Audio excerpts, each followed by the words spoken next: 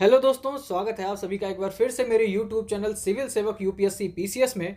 और सबसे पहले आपको भारतीय नववर्ष और नवरात्रि की हार्दिक शुभकामनाएं। और धीरे धीरे हम इंडिया बुक के समापन की ओर बढ़ रहे हैं। मुश्किल से 4 या 5 चैप्टर और बचे हैं जो बहुत जल्दी कवर हो जाएंगे। 31 माह से पहले इंडिया बुक कंप्लीट हो जाएगी। ठीक है, आपके पास वीडियो भी होंगे कल तक और पीडीएफ भी आपके पास सारी मिल जाएगी आपको। तो आप अच्छे से रिवाइज करते रहिए और अच्छे से पढ़ते रहिए। बाकी आज हम देखेंगे चैप्टर नंबर 26 एंड 27, 25 एंड 26, संचार और सूचना प्रौद्योगिकी और जनसंचार। ठीक है, तो आइए शुरू करते हैं। चलिए देख लेते हैं चैप्टर नंबर 25 जो रिलेट करता है संचार और सूचना प्रौद्योगिकी से। ठीक है, इसमें डाक के बारे में दिया हुआ है, पहले तो वो देख लेते हैं कि डाक विभाग जो है ये भारत के संचार नेटवर्क की रीढ़ रहा है। ठीक है, बाकी आगे क्या है। आधुनिक डाक प्रणाली का प्रारंभ कब हुआ? 1727 में हुआ। जो आधुनिक डाक प्रणाली हमें देखने को मिलती है वो शुरू हुई थी 1727 में, जब कोलकाता में पहला डाकघर स्थापित किया गया था। ठीक है, तो पहला डाकघर स्थापित कहाँ हुआ है? कोलकाता में। इसके बाद उस समय के 3 प्रमुख शहरों में जनरल पोस्ट ऑफिस यानी आप जीपीओ जिसको जानते हो, जीपीओ स्थापित किए गए हैं। कोलकाता में 1774 में, चेन्नई में 1786 और 1793 मुंबई में। फिर आगे देखते हैं। डाक अधिनियम 2023 जून 2024 से प्रभावी हुआ है।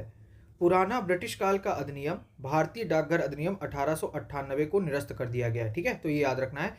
आगे है कि अब आगे है कि अब निरस्त अधिनियम में डाकघर को दिए गए पत्रों को एकत्र करने, संसाधित करने और वितरित करने के विशेषाधिकार को समाप्त कर दिया गया है। ठीक है, तो याद रखना है जो पहले अधिनियम था उसमें ये विशेषाधिकार थे वो समाप्त कर दिए गए हैं। फिर डाक अधिनियम 2023 में ये भी स्टेटमेंट याद रखना है आपने कि डाक अधिनियम 2023 में कोई दंडात्मक प्रावधान नहीं दिया गया है। ठीक है, कोई दंडात्मक प्रावधान नहीं है, सजा यहाँ पर नहीं दिखने को मिल रही है आपको। यह अधिनियम अन्य बातों के साथ साथ वस्तुओं के पता के पहचानकर्ता और पोस्ट कोड के उपयोग के लिए मानक निर्धारित करने के लिए फ्रेमवर्क प्रदान करता है। तो ये कुछ बदलाव हुए हैं डाक अधिनियम 2023 में। फिर डाक सर्कल और क्षेत्र क्या होते हैं? देखिए, यूपीएससी कहाँ से क्वेश्चन पूछेगा ना, ये आपको पता है ना मुझे पता है, इसलिए इसमें जो चीज़ें दी हैं जो थोड़ा लगता है कि काम की हैं वो कवर करा देता हूँ। आपका मन हो छोड़ सकते हो, पीडीएफ आपके पास रहती है, जो टॉपिक यहाँ से छूट जाते हैं वो आप पढ़ सकते हो। ठीक है, एक बार देखने से आपका मतलब लॉस तो नहीं होगा कुछ भी। तो डाक सर्कल और क्षेत्र की बात करें तो प्रशासनिक सुविधा के लिए देश में डाक नेटवर्क को 23 पोस्टल सर्कलों में बांटा गया है। आमतौर पर सर्कल किसी राज्य के सह टर्मिनस होते हैं। अब देखिए, जैसे गुजरात सर्कल में दमन एवं दीव तथा दादरा और नगर हवेली भी शामिल है। केरल के साथ क्या है? लक्षद्वीप समाहित है। महाराष्ट्र के साथ गोवा राज्य क्षेत्राधिकार समाहित है। तो ऐसे ही किसी सर्कल के साथ या तो कोई यूटी है या कोई स्टेट उनके साथ लगा हुआ है। प्रत्येक सर्कल, ठीक है, जो प्रत्येक सर्कल होता है एक मुख्य पोस्टमास्टर जनरल के अधीन होता है। सर्कलों को फील्ड इकाइयों वाले खंडों में बांट दिया जाता है जिन्हें डिवीजन पोस्टल कहते हैं। प्रत्येक क्षेत्र एक पोस्टमास्टर जनरल के अधीन होता है। सर्कलों और खंडों में स्टाम्प डिपो, स्टोर डिपो और मेल मोटर सेवा जैसे अन्य व्यवहारिक एवं सहयोगी इकाइयां भी हैं। तो ये सारी चीज़ें इसमें हैं डाक सर्कल के अंतर्गत। ठीक है, फिर आगे देखते हैं। फिर कार्यकारी इकाइयों की अगर हम बात करें तो देश में डाकघरों को प्रधान डाकघर, उप डाकघर और शाखा डाकघरों के रूप में वर्गीकृत किया गया है। शाखा डाकघर क्या होते हैं? ये अधिकांशतः ग्रामीण क्षेत्रों में स्थित होते हैं और इन्हें ग्रामीण डाक सेवकों द्वारा संचालित किया जाता है।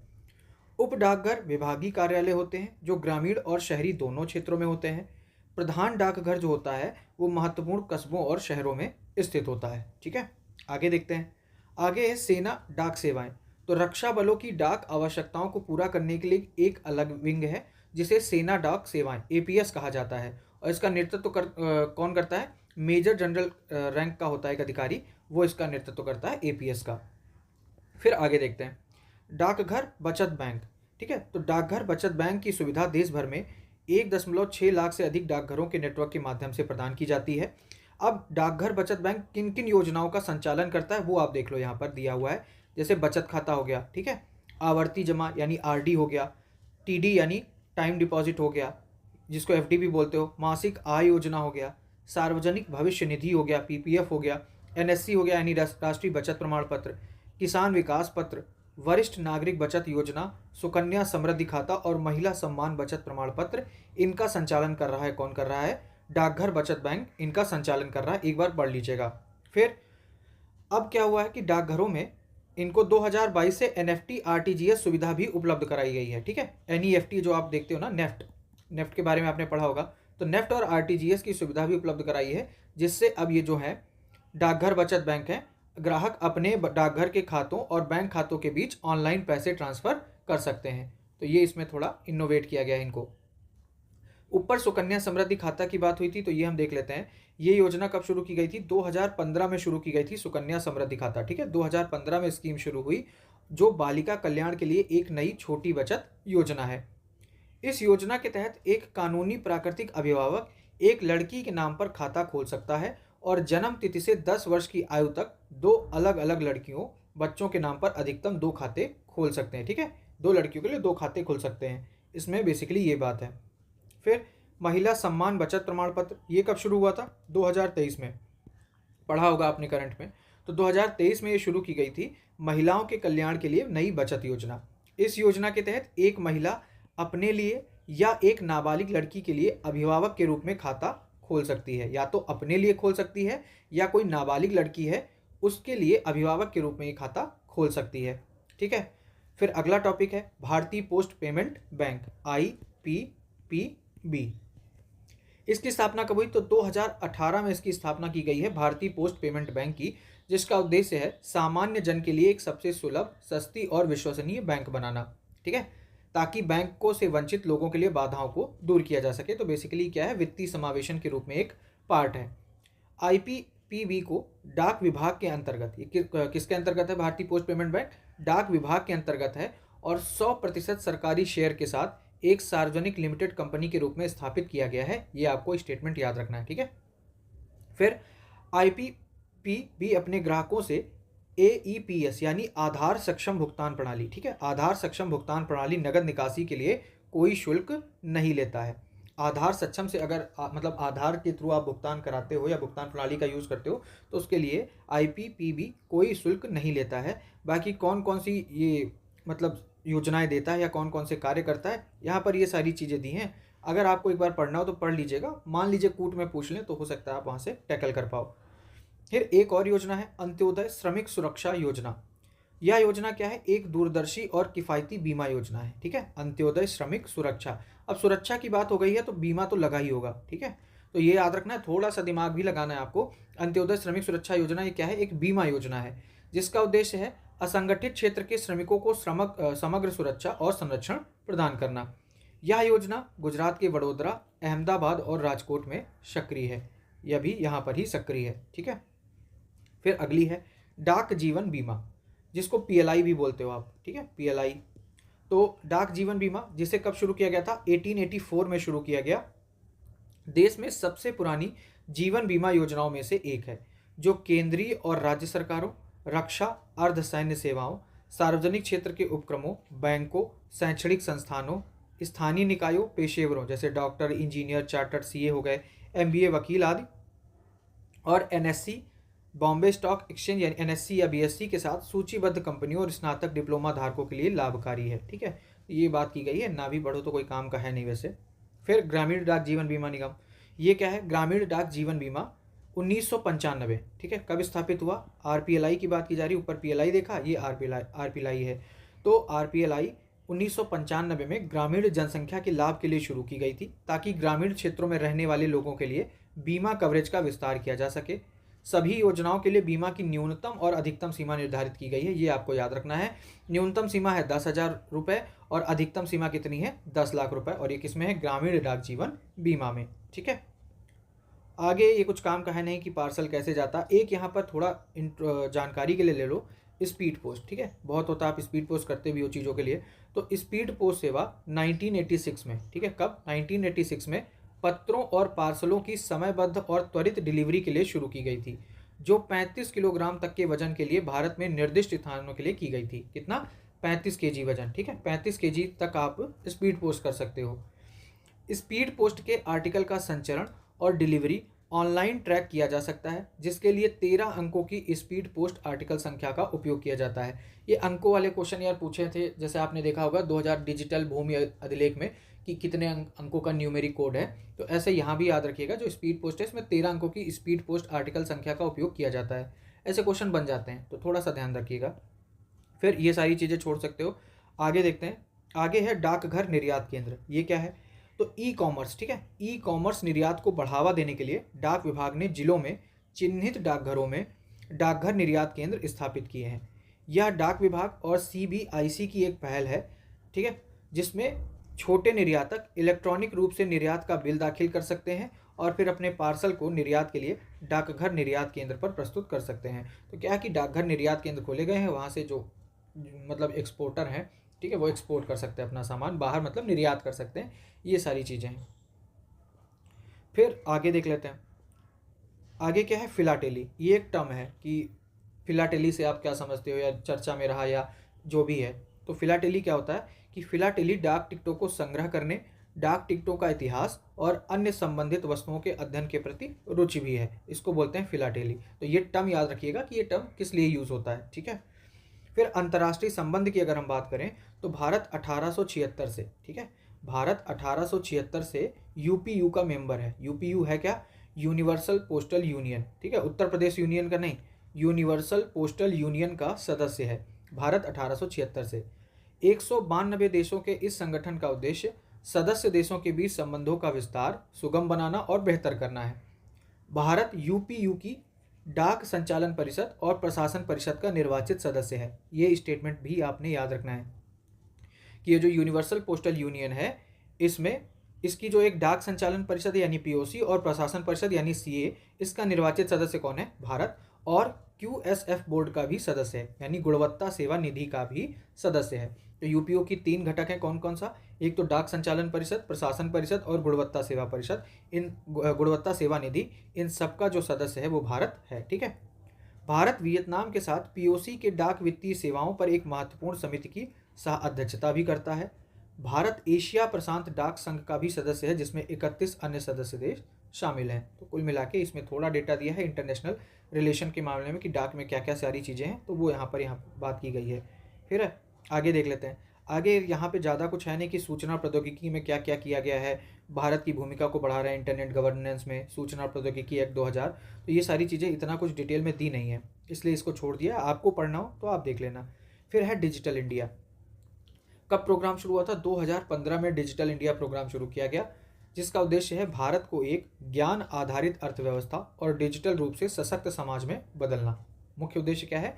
ज्ञान आधारित अर्थव्यवस्था और डिजिटल रूप से सशक्त समाज। कब शुरू किया गया? 2015 में। इस कार्यक्रम का समन्वय इलेक्ट्रॉनिक एवं सूचना प्रौद्योगिकी मंत्रालय यानी माईटी, ठीक है, माईटी द्वारा किया जाता है, जिसमें केंद्र और राज्य सरकारों के मंत्रालय और विभागों के साथ ये कार्य होता है। तो ये आपको याद रखना कि कौन इसकी नोडल मिनिस्ट्री है। डिजी लॉकर आप समझते हो कि क्या करते हैं? नागरिकों के लिए एक समर्पित क्लाउड आधारित प्लेटफॉर्म है जहां आप अपने दस्तावेज जो है वो भौतिक रूप से संग्रहित कर सकते हो, ठीक है, तो डिजी लॉकर। फिर आगे देख लेते हैं। आगे है गांव ड्राइव। ये मैंने हाईलाइट कर दिया है, इतना कुछ इंपॉर्टेंट नहीं है। ये बेसिकली किसके लिए? गांव को भारत के सरकार के अधिकारियों के लिए एक विशेष क्लाउड स्टोरेज सेवा है। जैसे आपके लिए है क्या कहते हैं डिजी लॉकर, ऐसे जो अधिकारियों के लिए है वो है गांव ड्राइव, है ना। तो बस उसमें यही है। फिर एक है किसान सारथी। किसान सारथी परियोजना को फरवरी 2024 में, इंपॉर्टेंट है आपके लिए, किसान सारथी परियोजना को फरवरी 2024 में इलेक्ट्रॉनिक्स और सूचना प्रौद्योगिकी मंत्रालय और भारतीय कृषि अनुसंधान परिषद, ठीक है, किसके द्वारा? एक तो माईटी, ठीक है, माईटी के द्वारा प्लस आईसीएआर, ठीक है, भारतीय कृषि अनुसंधान परिषद द्वारा संयुक्त रूप से शुरू किया गया किसान सारथी योजना, जिसका उद्देश्य है किसानों को कृषि, मत्स्य पालन और पशुपालन के क्षेत्रों में सलाह लेने के लिए बहुभाषी सहायता प्रदान करना। तो कुल मिला के इसमें इतना ही याद रखना है आपने, ठीक है। फिर जीआई क्लाउड। मेघराज क्या है? ये भारत सरकार की क्लाउड कंप्यूटिंग पहल का उद्देश्य देश में ई सेवाओं को रफ्तार देना है, आईसीटी व्यय को अनुकूलतम करना है। छोड़ भी सकते हो, कोई मतलब है नहीं। माई गाँव आपने देख ही लिया क्या है, वो भी आप छोड़ दो, ठीक है। फिर ऊपर के 2-4 पेज छोड़ दिए हैं, अगर आपको देखना हो तो आप पीडीएफ से देख लेना। बाकी हम इंपॉर्टेंट चीज़ें देख लेते हैं। इसमें है प्रधानमंत्री ग्रामीण डिजिटल साक्षरता अभियान। तो प्रधानमंत्री ग्रामीण डिजिटल साक्षरता अभियान एक सरकारी योजना है जो ग्रामीण भारत में लोगों को डिजिटल रूप से साक्षर बनाने में मदद करती है। इस योजना का उद्देश्य ग्रामीण नागरिकों को डिजिटल उपकरणों का उपयोग करने, ईमेल भेजने और प्राप्त करने, इंटरनेट ब्राउज करने आदि की ट्रेनिंग देकर उन्हें सशक्त बनाना है। तो ये हो गया प्रधानमंत्री ग्रामीण डिजिटल साक्षरता अभियान। फिर है राष्ट्रीय भाषा अनुवाद मिशन, MEITY, ठीक है, MEITY यानी माइटी के राष्ट्रीय भाषा अनुवाद मिशन डिजिटल इंडिया भाषणी को, ठीक है, ये माइटी का है राष्ट्रीय भाषा अनुवाद मिशन, डिजिटल इंडिया भाषणी को 2022 में भाषणी मंच के माध्यम से AI संचालित भाषा प्रौद्योगिकी समाधान प्रदान करने के लिए सभी 22 अनुसूचित भारतीय भाषाओं, यानी जो 8वीं अनुसूची में दिया गया है 22 भाषाएं हैं, तो सभी 22 अनुसूचित भारतीय भाषाओं के लिए 3 साल के मिशन के रूप में भाषा की बाधा को पाटने के लिए लॉन्च किया गया है। मिशन के उद्देश्य क्या हैं? 22 अनुसूचित भारतीय भाषाओं में उपयोग के लिए मुफ्त भाषा, पाठ, छवि और भाषण हो, डेटा और AI मॉडल बनाना, अनुवाद प्रदान करना, आवाज़ आधारित सेवाओं को सक्षम करना, ठीक है, AI बाकी सारी चीज़ें। मिशन ने एंड्रॉयड और iOS प्लेटफॉर्म के लिए उपलब्ध भाषणी ओपन API का उपयोग करके Bhashini speech to speech machine translation mobile app विकसित किया है। तो ये भाषणी क्या है? एक तो ये आप याद रखना कि ये 22 भारतीय अनुसूचित भाषाओं में उपलब्ध है। दूसरा, अनुवाद भी प्रदान करता है, AI मॉडल भी बनाता है, मुफ्त भाषा यानी पाठ, छवि और भाषण के माध्यम से एंड्रॉयड और iOS दोनों पर उपलब्ध है, और ये अनुवाद भी करता है, ठीक है। तो बस इतना याद रखना कि भाषणी है क्या, सरकारी आइटम है ये। नेशनल सुपर कंप्यूटिंग मिशन, तो ये 2015 में शुरू किया गया था, भारत सरकार द्वारा अनुमोदित किया गया था, और इसका उद्देश्य है सुपर कंप्यूटिंग में आत्मनिर्भरता और विभिन्न वैज्ञानिक और तकनीकी क्षेत्रों में व्याप्त समस्या समाधानों के लक्ष्य को प्राप्त करना।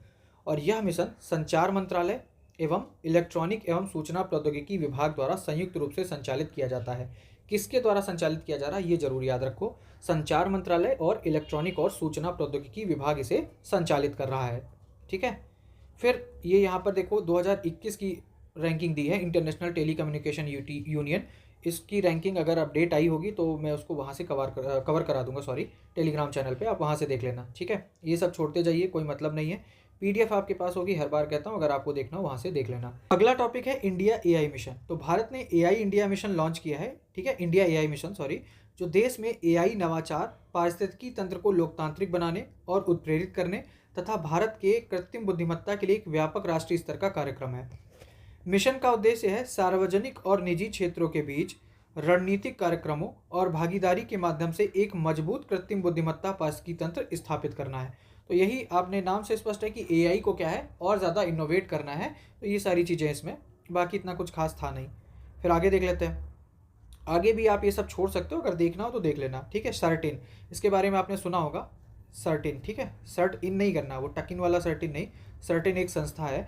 तो भारतीय कंप्यूटर आपातकालीन प्रतिक्रिया दल, सर्टिन जिसको बोलते हैं, ये सूचना प्रौद्योगिकी एक्ट यानी IT एक्ट 2000, ठीक है, 2000 की सेक्शन 70B के अंतर्गत आने वाला एक सरकारी संगठन है। इसका कार्य है साइबर सुरक्षा में विभिन्न कार्यों को पूरा करना, जैसे कि साइबर सुरक्षाओं से जुड़ी घटनाओं से जुड़ी सूचना एकत्र करना, विश्लेषण करना, प्रसार और साइबर सुरक्षा घटनाओं की पूर्व सूचना और चेतावनी। तो ये बेसिकली जो साइबर सुरक्षा से रिलेटेड जो होते हैं, ठीक है, मीजर्स, उनको फॉलो करता है ये सर्टिन, ठीक है। फिर भारतीय विशिष्ट पहचान प्राधिकरण, इतना कुछ है नहीं, देख लीजिएगा। आगे देख लेते हैं, आगे एक ये टर्म याद देख लीजिए कि टेली घनत्व। अब टेली घनत्व होता क्या है? जो प्रति 100 जनसंख्या पर टेलीफोनों की संख्या को दर्शाता है। अब यहाँ 1000 दे देगा, 10,000 दे देगा, तो आपने याद रखना टेली घनत्व क्या होता है, प्रति 100 जनसंख्या पर, ठीक है, प्रति 100 जनसंख्या पर टेलीफोनों की संख्या को दर्शाता है। तो ये हो गया टेली घनत्व। अब इसमें ये दिया गया है कि कितना कनेक्शन छू लिया, कितना बढ़ गया। ये जब आप मेंस आंसर राइटिंग करोगे तो वहाँ पर कर सकते हो कि भाई डिजिटल डिवाइड में अगर कोई डेटा डालना हो या दूरसंचार को लेकर कोई डेटा डालना हो तो आप वहाँ पर इसको कोट कर सकते हो। इंटरनेट की पहुँच में भी डाल सकते हो ना, डिजिटल डिवाइड जो आपने एक टर्म पढ़ा हो। तो यहाँ पर सारा आपको डेटा देखने को मिलेगा कि कितना इंटरनेट एक्सेस हो चुका है, ये सारी चीज़ें हैं, ठीक है। फिर 5G सेवाओं की शुरुआत हो गई है, 6G दृष्टि दस्तावेज बन चुका है। इसकी बात की गई है। काम की बात यह है, दूरसंचार अधिनियम 2023। यह अधिनियम दूरसंचार सेवाओं और नेटवर्क, स्पेक्ट्रम आवंटन और नियामक ढांचे से संबंधित कानूनों को समेकित और संशोधित करता है। प्रमुख प्रावधानों में शामिल है प्रभावी स्पेक्ट्रम उपयोग सुनिश्चित करने के लिए प्राधिकरण और स्पेक्ट्रम प्रबंधन के लिए ढांचे की स्थापना, नेटवर्क तैनाती को तेज करने के लिए दूरसंचार बुनियादी ढांचे के लिए राइट ऑफ वे और सामान्य नालियों की सुविधा, ठीक है, सार्वजनिक सुरक्षा और उपभोक्ता हितों की सुरक्षा के लिए उपाय। तो इतना कुछ खास है नहीं दूरसंचार नियम 2023 में, आएगा तो आप कर लोगे, वैसे भी आप होशियार लोग हो, है ना। भारत नेट क्या है? तो भारत नेट कार्यक्रम अब देश के सभी ग्राम पंचायतों को ब्रॉडबैंड कनेक्टिविटी प्रदान करने के लिए लागू किया जा रहा है। इसमें इतना ही था। फिर एक और टर्म है राष्ट्रीय ब्रॉडबैंड मिशन। तो राष्ट्रीय ब्रॉडबैंड मिशन 2019 में शुरू किया गया था, जिसका उद्देश्य है ग्रामीण और दूरदराज के क्षेत्रों में सार्वभौमिक ब्रॉडबैंड पहुंच को सुविधाजनक बनाना। कब शुरू किया गया था ब्रॉडबैंड मिशन? 2019 में। यह मिशन डिजिटल इंडिया पहल के साथ मिलकर डिजिटल अवसंरचना को बढ़ावा देने, सस्ती पहुंच सुनिश्चित करने और स्थानीय उद्यमिता को सशक्त बनाने पर केंद्रित है।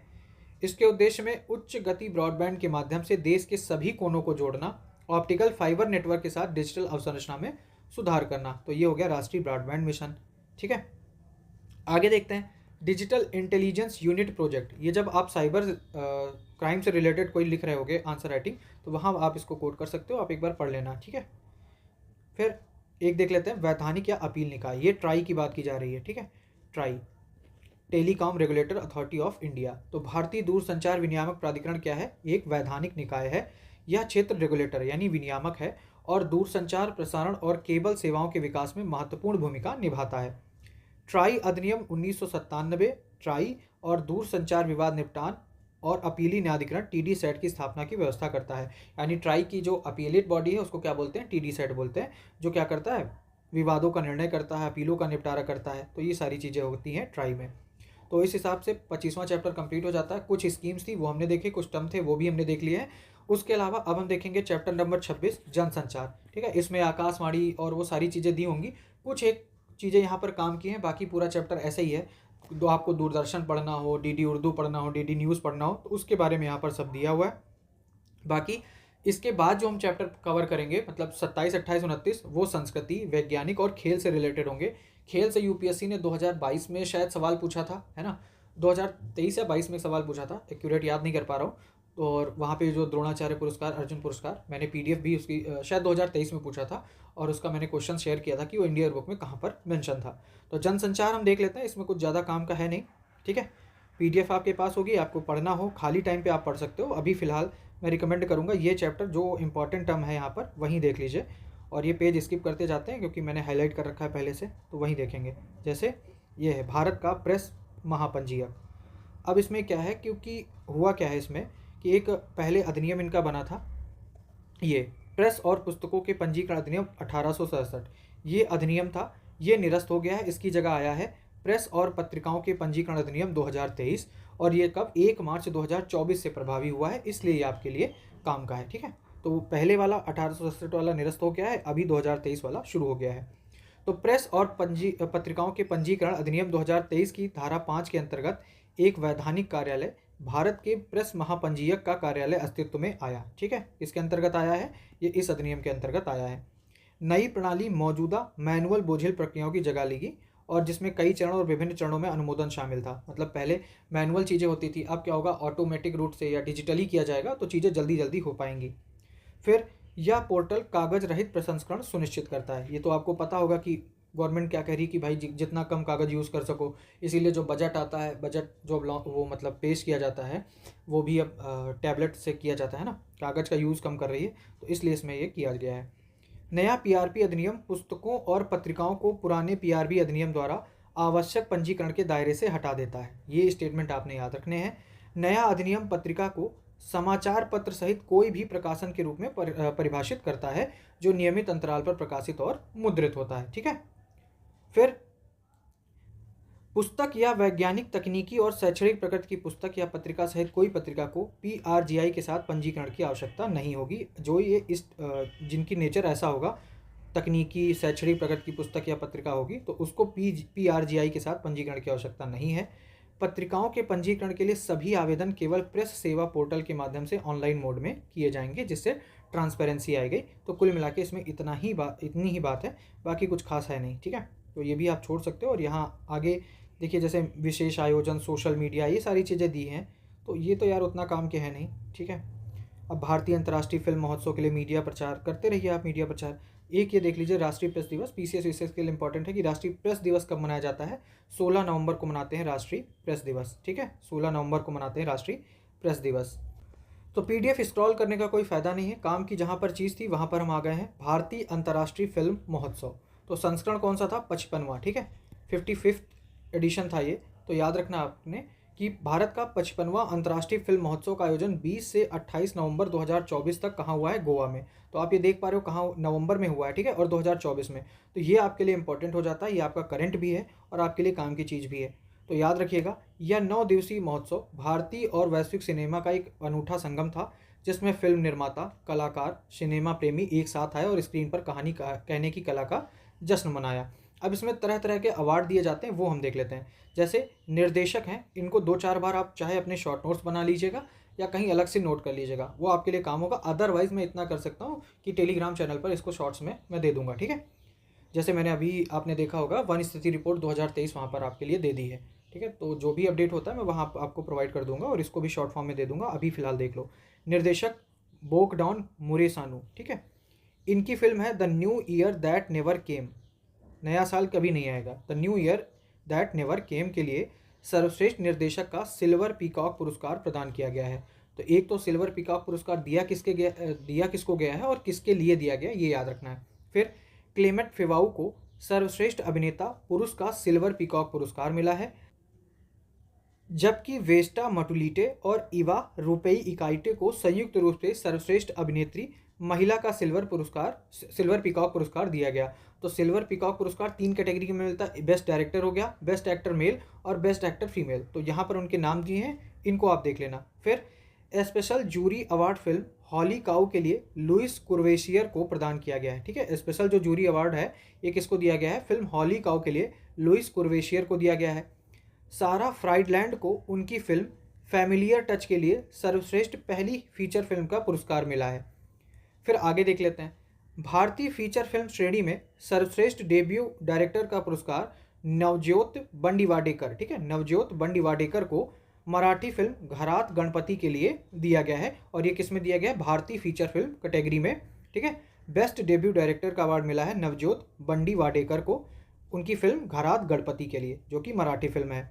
फिर सत्यजीत रे लाइफ टाइम अचीवमेंट अवार्ड, ठीक है, ये इंपॉर्टेंट है, ये बहुत सारे एग्जाम्स में पूछा जाता है वनडे वाले में। सत्यजीत रे लाइफ टाइम अचीवमेंट अवार्ड प्रसिद्ध ऑस्ट्रेलियाई फिल्म निर्देशक फिलिप नॉयस को प्रदान किया गया है। किसको दिया गया है, फिलिप नॉयस को। और बेस्ट वेब सीरीज ओटीटी, ठीक है, बेस्ट वेब सीरीज ओटीटी का पुरस्कार किसको मिला है, लैम्पान को मिला है, लैम्पान को। और अभिनेता विक्रांत मैसी को भारतीय film personality of the year का खिताब दिया गया है। तो ये आपको याद रखना है, ठीक है। भारतीय film personality of the year का खिताब किसे दिया गया है, अभिनेता विक्रांत मैसी को, 12th फेल वाले। भारतीय सिनेमा में उनके योगदान के लिए भारतीय निर्देशक रमेश सिप्पी और मशहूर अभिनेत्री जया प्रदा को विशेष रूप से सम्मानित किया गया। तो किसको दिया गया, रमेश सिप्पी और जया प्रदा को विशेष रूप से सम्मानित किया गया है इस पुरस्कार समारोह में, ठीक है, भारतीय अंतर्राष्ट्रीय फिल्म महोत्सव में। ये डेटा इंपॉर्टेंट है क्योंकि करंट का ही है। तो अब ऐसे तो यार सारी चीज़ें मतलब इमेजिन करके नहीं जा सकते कि क्या पता फिल्म से पूछेगा, नहीं। ऐसे तो आप देखोगे तो 21 में स्पोर्ट्स से पूछा था, है ना, जब टेस्ट सीरीज शुरू हुई थी, मतलब ये टेस्ट चैंपियनशिप शुरू हुई थी, वहाँ से सवाल पूछे थे खेल के। फिर 23 में सवाल पूछ लिया खेल से, तो कहीं से भी पूछ सकता है ना। तो अब एक और है 70वां राष्ट्रीय फिल्म पुरस्कार। अब ये कब प्रदान किया गया, अक्टूबर 2024 में दिया गया है। ये भी आपके लिए इंपॉर्टेंट है, ठीक है। जब अक्टूबर में दिया गया है तो आपके लिए इंपॉर्टेंट हो जाता है, एज अ करंट अफेयर्स हो जाता है। तो फिर आप देख लो इसको आगे। इसमें कहा गया है कि वर्ष 2022 के लिए दिया गया है, ठीक है, 21 साल के लिए है, 2022 के लिए दिया गया है अक्टूबर 2024 में 70वां राष्ट्रीय फिल्म पुरस्कार। बेस्ट फीचर फिल्म का पुरस्कार किसको दिया गया, आनंद एक ऋषि, ठीक है, आनंद एक ऋषि द्वारा निर्देशित आट्टम को मिला है बेस्ट फीचर फिल्म का अवार्ड। कंतारा को सर्वश्रेष्ठ मनोरंजन प्रदान करने वाली सर्वश्रेष्ठ लोकप्रिय फिल्म का पुरस्कार मिला है, ठीक है, किसको मिला है, कंतारा को। 2022 के लिए बेस्ट एक्टर का अवार्ड किसको मिला है, कंतारा के लिए ऋषभ शेट्टी को दिया गया है, ठीक है। बेस्ट एक्टर मेल का अवार्ड जो मिला है वो किसको मिला है, कंतारा के लिए ऋषभ शेट्टी को।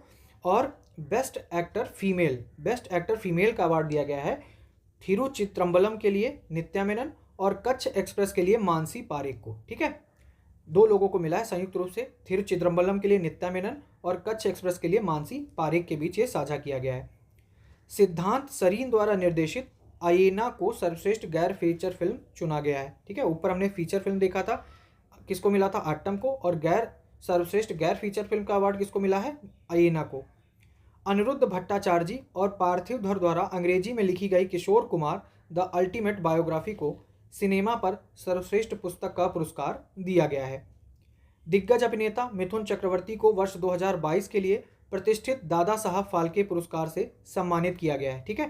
तो इसमें दादा साहब फाल्के पुरस्कार किसको मिला है, मिथुन चक्रवर्ती को। यार एक बार आप ना कोई ऐसा कंपाइलेशन देख लेना जो पिछले 1 साल में कुछ इंपॉर्टेंट बुक्स आई हैं, उनके अथर आए हैं, तो यूपीएससी वालों आप एक बार बस देख लेना, ठीक है। हो सकता है पता नहीं ऐसा कुछ क्वेश्चन आ जाए, तो एक बार थोड़ा सा ध्यान रखिएगा, देख लेंगे तो आपको फ़ायदा हो सकता है। फिलहाल इसमें इतना ही था, आगे अगर कुछ होता है तो देख लेते हैं। अब यहाँ पर ये दिया है कि यू क्या होता है, यू ए एस, मैंने इंट्रो खाली जानकारी के लिए यहाँ पर हाईलाइट कर दिया है, बाकी एग्जाम के लिए तो खैर उतना इंपॉर्टेंट है नहीं, एक बार पढ़ लेना, ठीक है। कभी कभी चलता है कि ये मूवी क्यों उसमें डाल दी, यू में क्यों, यू ए कैटेगरी क्यों नहीं मिली, तो ये थोड़ा चलता रहता, तो एक बार बस आपने देख लेना है।